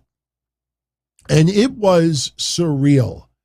It was surreal to see Eric Bischoff, 1 year removed from WCW, coming in and being the Raw general manager. It was not predicted. There was no spoilers that day. He came out. I think somebody might have wrote something like 10 minutes before it happened. But what I'll always remember from that night was Booker T's reaction. You see the white of his eyes. He looks like that guy when Brock Lesnar beat the streak at WrestleMania. But Booker T's reaction is what I will always remember. He's just looking like, what the fuck am I looking at? And sure enough, it's Eric Bischoff. Hi, I'm Eric Bischoff. Oh, that was spectacular. That was something you never, ever expected. That was pretty awesome, man. It's pretty awesome. John Morris says Maxine Dupree will be Gunther's girlfriend, Ginny, from NXT UK. That's not a bad idea. That is not a bad idea. If she talks, though, if she's got that accent, I don't know how that would work with Max Dupree. Max Dupree does not have an accent. You know, what would it be? A sister from another mister? You know, so that's not a bad idea. Yeah, that was epic, man. When Bischoff came out, people couldn't believe it. The hug was pretty funny, too. They kept hugging each other, and you know Vince don't like the hug. And Bischoff, like, goes in there a second time. Oh, he's hugging him. So, all right. Looks like we're going a little longer than expected. It's okay. It's only 11:35. Let's do 2 hours. Let's do 2 hours. We're at 90 minutes. Let's do 2 hours. Now, yesterday for the watch party, the giveaways, somebody is going to win that Liv Morgan autograph photo on Monday. Someone else is going to win that autograph photo on Monday. That was the watch party giveaways yesterday. You know, what was really cool is, you know, my contact within WWE that gets me some of these photos, he DM'd me about 10 days ago, and he says, which one you want? Liv Morgan signed photos with the briefcase or with the title? And I said, you know what? Give me the ones with the briefcase, because she cashed it in so fast that she don't have the briefcase anymore. So I was pleasantly surprised. He's sending me a bunch of photos. So, yeah, so someone Monday is going to win this, and someone else is going to win that. So I think it's pretty cool to have Liv Morgan Money in the Bank signed photos. So, by the way, for future giveaways on the watch parties, we're going to start giving away cards, autograph cards. Now, I'm not giving away this AJ card. This is like $500 on eBay, but I think we're going to start. By the way, this one just went up in value too. You put these two on eBay, oh my God, how much did my grubby fingers? So we're going to start doing some autograph cards. They obviously have a lot more value, but as the watch parties get a little bigger, and stop by. It doesn't cost anything. And, you know, we were talking about it yesterday. There's so many people that are like, oh, my God, I got to try to win that. All you got to do is just stop by and hang out for a little bit. Even if you stop by and you don't socialize, you know, you're just embarrassed or you just don't feel like talking. Maybe you don't have a mic or a camera. It's all good. If you stop by, hang out, not for 5 minutes, but if you stay a little while, I put you on the entry anyway. So, all right. What else we got to get into? I'm looking. Oh, injuries. AEW injuries. Add Matt Jackson. Add Andrade to the injured list. Now, the good news about Andrade is that, you know, it's not going to be a long injury. He's not going to be out for a long period of time. The funny thing about it is, if you follow Andrade's in-ring schedule with AEW, they probably didn't even need to announce the injury, and we wouldn't have thought anything different. He was in the corner yesterday with Private Party, and he got involved. He actually got a lot more physical than I think people realized as it was going down. So he can move. He can't take any bumps right now. But you know, his injury is not very serious. Matt Jackson is a little bit of concern because Matt Jackson, you know, he's had some neck issues. He suffered a stinger. And, you know, what went down this week, you know, you start looking at all these injuries and you're seeing a pattern. You're seeing older or you're seeing a lot of high fly. You know, you're seeing people taking risks that are probably unnecessary. And I got news for you. I think little by little, AEW will start dialing back on some of what we see. They got to reel in some of these wrestlers because, like I said, you know, there's one thing to kick out of finishers that shouldn't be. Orange Cassidy kicking out of the F10 by Wardlow is one of the stupidest things that people will forget about.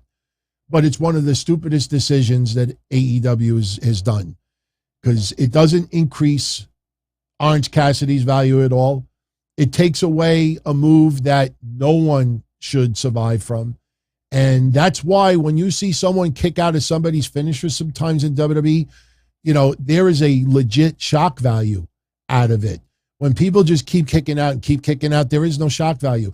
Yesterday, you saw people kicking out of crazy finishers, and there was no reaction from the fans. Even hot tags now are not getting that buzz reaction anymore. So, but we hope that Matt Jackson, gets better sooner than later. I expect it, but, two more people, dealing with some bumps and bruises. So, I think we are done as far as questions go. Yes. Oh, one more. Keith Lee. I can't play the audio or the video. I sent a DM to someone in AEW if I could have permission to play it. I got no response. Doesn't surprise me. So I could only tell you a synopsis of it. After AEW went off the air Wednesday, Keith Lee and Strickland were in the ring. Keith Lee cut a very emotional promo. Now, earlier in the day, Keith Lee had posted a cryptic tweet saying, quote, very much less than stellar news. And a lot of people thought it might have to do with his body. It wasn't. After they won the tag titles and Dynamite went off the air, he got on the mic and revealed that a very close friend of his has been diagnosed with stage 4 cancer. And he said, and I quote, "I thank you from the bottom of my heart. I only have 3 people in this world that I consider to be extremely close to me. One of them I've known for 2.5 decades. My friend's name is Lucius King. I've known him since 98. I found out a little while ago that he may have cancer. I dedicated this match to him and another buddy of mine named J.D. Griffey." He says, "This is a victory for you and a statement of my goddamn love. I will always be there. When I get to Texas, I swear to God, I will see you as soon as I can, my friend. Stay strong. Fight like we've done. Fight harder than I did to live. And I'll be there soon, my friend." So, very, very emotional, Keith Lee. Stage 4 cancer, you obviously know, is no joke. I'm getting married in less than 60 days. One of the reasons why I'm having a party is because a lot of people in my family said, "Why don't you just go to Vegas? Just why spend all that money on a party?" My uncle, my father's brother, has stage 4 cancer, and we don't know how much time he has left. And he's coming. And, I wanted to have a get together with my close family because this might be the last time that my family in its state, with everybody that's here right now, a year from now could be very different. So, if you have any loved ones out there that are dealing with cancer or some issues, don't take it for granted. If you spend time, spend a little more time. And if you've lost touch a little bit, get in touch because, cancer is no joke, man. Scares the shit out of me. I had 2 cancer scares. Now I'm dealing with oh my God, prostate, and I got to do something later this year. Luckily mine is something that can be handled, but for other people, when you get to stage 4 cancer, man, that's brutal. So, all right, some questions, some super chats. Near's asking, do I think we'll see a battle rap between Max Caster and Swerve Strickland? No. Swerve Strickland is more of a performer, artist. I don't see him doing battle raps. Sure, he could, but no. You leave that just for Max Caster. And what you don't succeed out of that is if Max Caster wipes the floor with Swerve, it only hurts Swerve. Max Caster is already over. He doesn't need to hurt someone else in the company, just to have a fun battle rap. And the opposite could happen. What happens if somebody embarrasses Max Caster? What happens if Swerve Strickland kills it, makes Max look like an idiot? Max Caster, he is very, very, talented, but there's cadence. You rock that cadence, and he might turn into mush. That's why a lot of people don't understand when he goes, listen, yo, listen. He's trying to get the beat. He's hearing the beat, and he's trying to think in his head, okay, when do I start? So as he's hearing the beat, he'll go, listen. And then that's why he does it. So he's very, very, precise with that. And if you throw him off even a little bit, he could screw his ass up pretty quick. 2 awesome breakfast shout outs. I see Big Sal, Breakfast with BLASI, let's fucking go. Thank you very much, my friend. It is still early, so I will have some breakfast, although I probably will make my own this morning, but thank you very much for that. And then Ronnie had to outshine him. This is not breakfast with BLASI. This is breakfast for BLASI. So, a lot of people don't know, like, where the origins of this name came from, this breakfast with BLASI. There's an infamous, I don't even know if you call it a movie. It's called My Breakfast with BLASI. It's Andy Kaufman and Classy Freddie Blassie in a diner. And it's just a conversation. You see some women in the diner also. And, it's funny watching Freddie Blassie thinking he could hit on these women also. It's an odd video, probably the way to put it. But it's called My Breakfast with BLASI. BLASI is a part of my last name. My last name is DeBlasi, DeBlasi. So when I came up with this name a long time ago, I said, you know what? It'll be a little tribute to Breakfast with BLASI, Freddie Blassie and Andy Kaufman. But instead of Breakfast with BLASI, Breakfast with BLASI. So that's where the name comes from.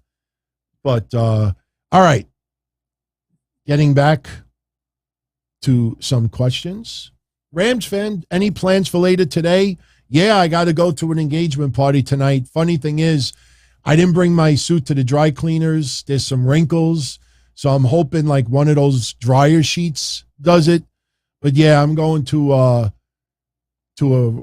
engagement party tonight. So yeah, I'm sure I'll take a couple of photos. And yes, Rampage was not very good yesterday.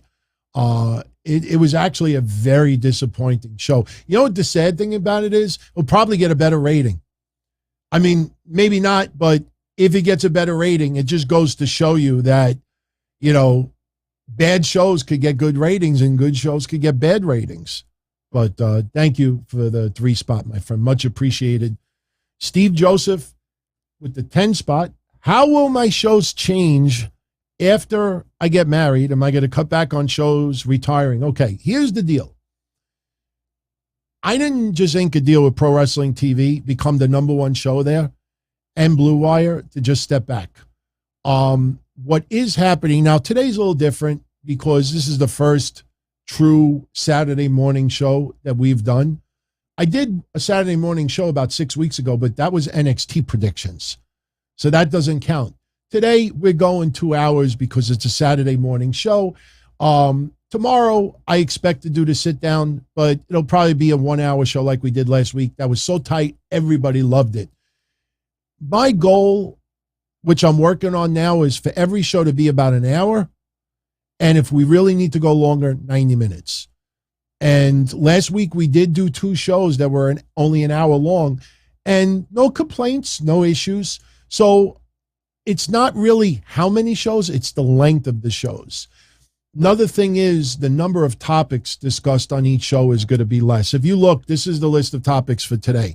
In the past, the other half of the sheet would be filled too. So the idea is to have a few less topics, but we could talk a little bit longer about them. But no, the shows will just be a little bit shorter, but I don't plan on stopping them. I know someone brought up like my parents' health issues. If I have to tend to them and start taking care of them a little bit more, all I got to do really is just move some of my equipment there, do shows from there. So no, I don't expect to shut anything down, but I definitely am going to trim the length of the shows. So this way, you know, because there's only so many hours in a day also. You know, I have a regular office job. Plus, I'm getting older, and physically, it's not easy to handle all of this. I had a hard time getting up this morning. Once I got up, I got up. But no, we're going to just, the shows will be shorter. Absolutely. So, dear, do I like Iron Maiden or Metallica? Never really got into Iron Maiden all that much. Back in the day, you know, I would get into like Led Zeppelin, Pink Floyd, Yes, you know, groups like that. But later on, Metallica. A lot of wrestlers came out to Metallica. XPW's theme, some of my old intros have Metallica's music in there. I would love to play some of my other old intros from the Hotline days, but I'll get hit with copyrights like crazy because of Metallica. So I enjoyed Metallica a hell of a lot more. So never really got into Iron Maiden all that much. So Def Leppard I used to love back in the day. Twisted Sister. Is that a Twisted Sister pin on your uniform? Awesome videos, man. Music videos. Steve, I answered your question earlier about Naomi. I believe Naomi will be back within the next month. And I'm very curious if she returns as a heel. I wonder if that's the way they're going to go. But I expect Naomi back. It would shock the shit out of me if Naomi doesn't come back. Look, you see the post of Naomi. She's home with family. You know, I think this turned into a break for both of them. I think Sasha could be back. If it doesn't happen, it doesn't happen. I'm not making a prediction. I'm not making news. But I'm taking a side that no one else has talked about. Will Sasha, maybe they gave her the rest of 2022 off. We'll see. Only time will tell. Chris Kutra with the 5 spot. Much love. Ratings have never dictated show quality. TV-14 era had great and awful stuff. TV-PG has had great and awful stuff. Spot on. Spot on. When you talk to people online and they say, oh, PG over and this and that, just hit them with one question. What do you expect to change? Suddenly storylines are going to be spectacular. You think about the Attitude Era.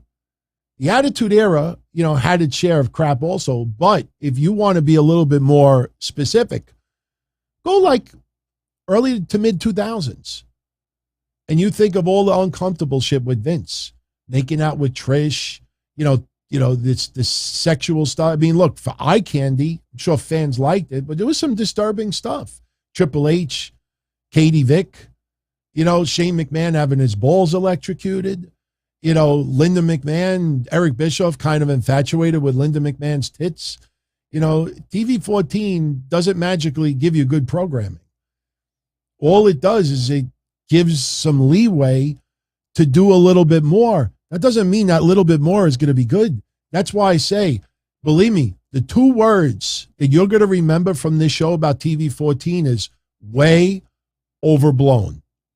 I know the title right now on the show only says overblown because there's only so many characters and I have the word live on there right now. But when I update the title later, it's going to say way overblown. You're not going to sacrifice revenue. You're not going to sacrifice pissing off investors. You're not going to sacrifice pissing off groups, families. You're not going to sacrifice giving this aura that adult content is returning. Because if it don't pop a rating and you lose advertisers and you piss off investors and the stock goes down and now it's not so family friendly, tell me what you gain by that.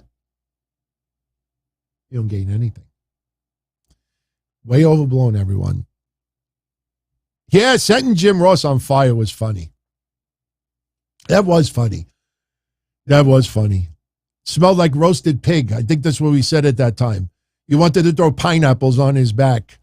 Seriously, I wanted to throw pineapples on his back with a little cherries, put a couple of skewers, have some roasted pig. Dumpster fire. All right. So we got about 10 minutes left, 9 minutes.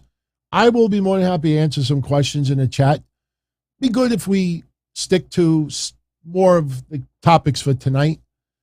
So don't forget, tomorrow I'm doing a sit down. We will do live, chat discussion for an hour. Whatever you want to ask, I answer. So, hey, look, last week, like I said, we did 1 hour. I got such an awesome, more than usual, positive response back. And it was great because we did talk about Jeff Jarrett being a referee. We talked about a few topics. The questions last week were spectacular. So that's why I think quality over quantity. So, all right. Just write the word question before your question so it stands out a little quicker. CJ Rocks, is there anyone in AEW who needs an unsung hero, who is an unsung hero, or not pushed when they should be? Oh, there's tons. There's tons. I mean, you look at the women's roster, for example, and, they fell in love with this Thunderstorm name. So you feel like Thunder Rosa and Toni Storm are going to be featured a little bit more, but there is no tag team women's championships on AEW. So it's fine, but it should not be the focal point. And now they're bringing back Britt Baker and Jamie Hayter. Why? Because there's a tag team versus another tag team. What about the title? What about feuds? It feels like Serena Deeb and Mercedes Martinez is being treated more seriously than anything else. Jade Cargill is obviously, got to get a lot better in the ring. She's coming along nicely, but there's no real bitter feuds. It's just like people by convenience. So the women's side, there is a much more than the men. As far as the men's side, you could go down the list. You see wrestlers and tag teams. Starks and Hobbs. Starks and Hobbs, because of the perception that Starks has the FTW title. Oh, he has a title. But they are just being taken for granted. There are so many wrestlers there that you see on the top 5, their top 5, and they really aren't getting pushed. It's smoke and mirrors. You could tell who Tony Khan is absolutely infatuated with. You could tell who the people in the back favor, and then there's everyone else. We try to make smoke and mirrors for everyone else.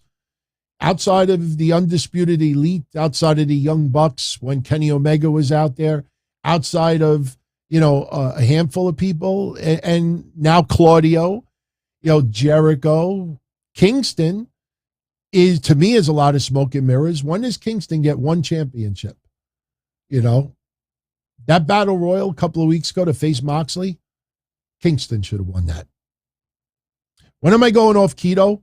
I would say probably about a month. I'm going to go off it a couple of weeks before my wedding, because when you go off of it, you do suffer flu-like symptoms because your body's not used to having carbs again. So I'll probably go off it like 2 weeks before. If I don't lose another 6-7 pounds by my wedding, then I won't go off keto. I will go on my honeymoon and I will just make the best of it. Try not to eat crappy shit. All right. SoFly, at this point this year, who are my MVPs in AEW and WWE? Ooh, boy. WWE, I got to go with Seth Rollins. Seth Rollins, top to bottom. Seth Rollins, consistent. The way he just does, I give it Seth Rollins. On the AEW side, wow, that's so difficult because of how people are perceived. Maybe Moxley. I mean, it's not an easy question. Might be Moxley. You know what? FTR, I say no. Yeah, they got 3 sets of titles. None of them are AEW belts. And people are chanting FTR for other people's stuff. And what? They came out to save Best Friends. That was a match out of convenience. It doesn't feel like FTR. FTR is like Ring of Honor is the promotion where Tony Khan likes people, but doesn't feel that they're mainstream money makers and this and that.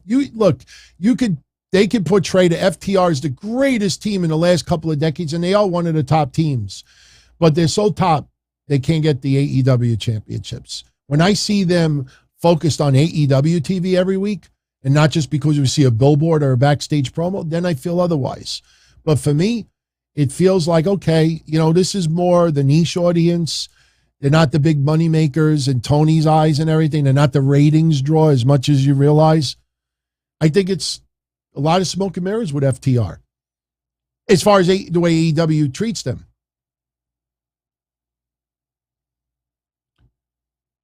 Do I plan on doing a Zoom this year? Yeah, I actually do. The watch party is kind of what that is. You don't have to connect to the video on the watch party to be part of the watch party, especially for my international friends out there. If your TV provider is not available, you could still watch SmackDown from the privacy of your own home and hang out in the chat with us all night. The only thing is just keep your volume down on your TV because, it bleeds into the audio sometimes. But yeah, no, we definitely plan in Zooms. I have Zoom set up and I usually have Zooms with meetings, but yeah, that's something down the line. Yo-Yo is asking me, do I think Lacey's return was botched or will the Southern Belle rise again? I think she'll do just fine. This is an interesting territory they're going. Why do I hear like a smoke detector? I heard a smoke detector. My fiance's probably making bacon, and she probably fucking... Honey!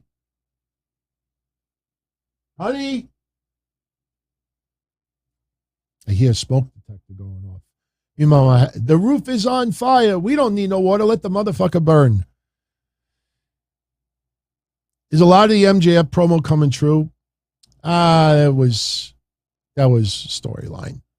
Like I said, if you're the owner of a company like Tony Khan and someone goes that unprofessional, you look like the absolute sissy pussy for the last 6 weeks if you don't reel it in and show that you're the boss and show that you're the strong one here. So, yeah, no. It's every week of silence that goes by, it shows you more and more with storyline. So I don't hear the smoke detector anyway. You know what probably happened? She's short. She probably couldn't reach the smoke detector, and she's probably, I hope she didn't fucking bash her with the broom. All right. Let's wrap this up in a minute. Like I said, I will be back on Sunday for the sit down so we could pick up right where we left off. All right. One last question. Who's going to give me the last question? Good question to finish with. Good question to finish with. Oh my God. No, I don't think so. I think Sami Zayn is going to get involved in that match. I think next week Sami Zayn is going to try to talk Adam Pearce into letting him be outside enforcer or something. I think the Usos are going to complain about Jeff Jarrett.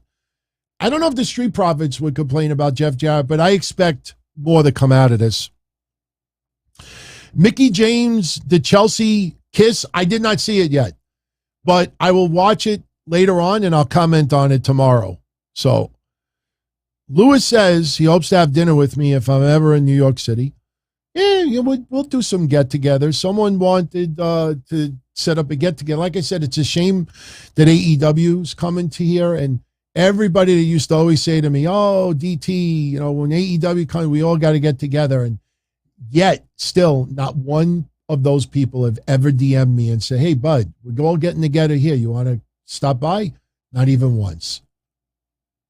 So, all right. Let's pick this up tomorrow.